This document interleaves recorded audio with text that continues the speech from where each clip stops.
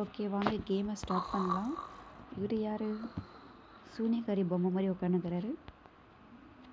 மண்டையை பாருங்கள் நல்லா. ஹாய்.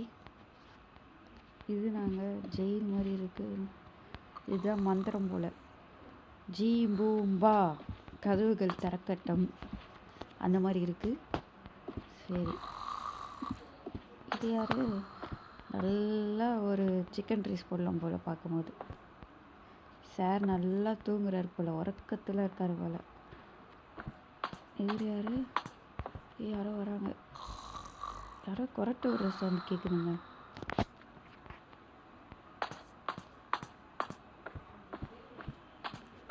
கதவு திறக்கலாமா? டைம்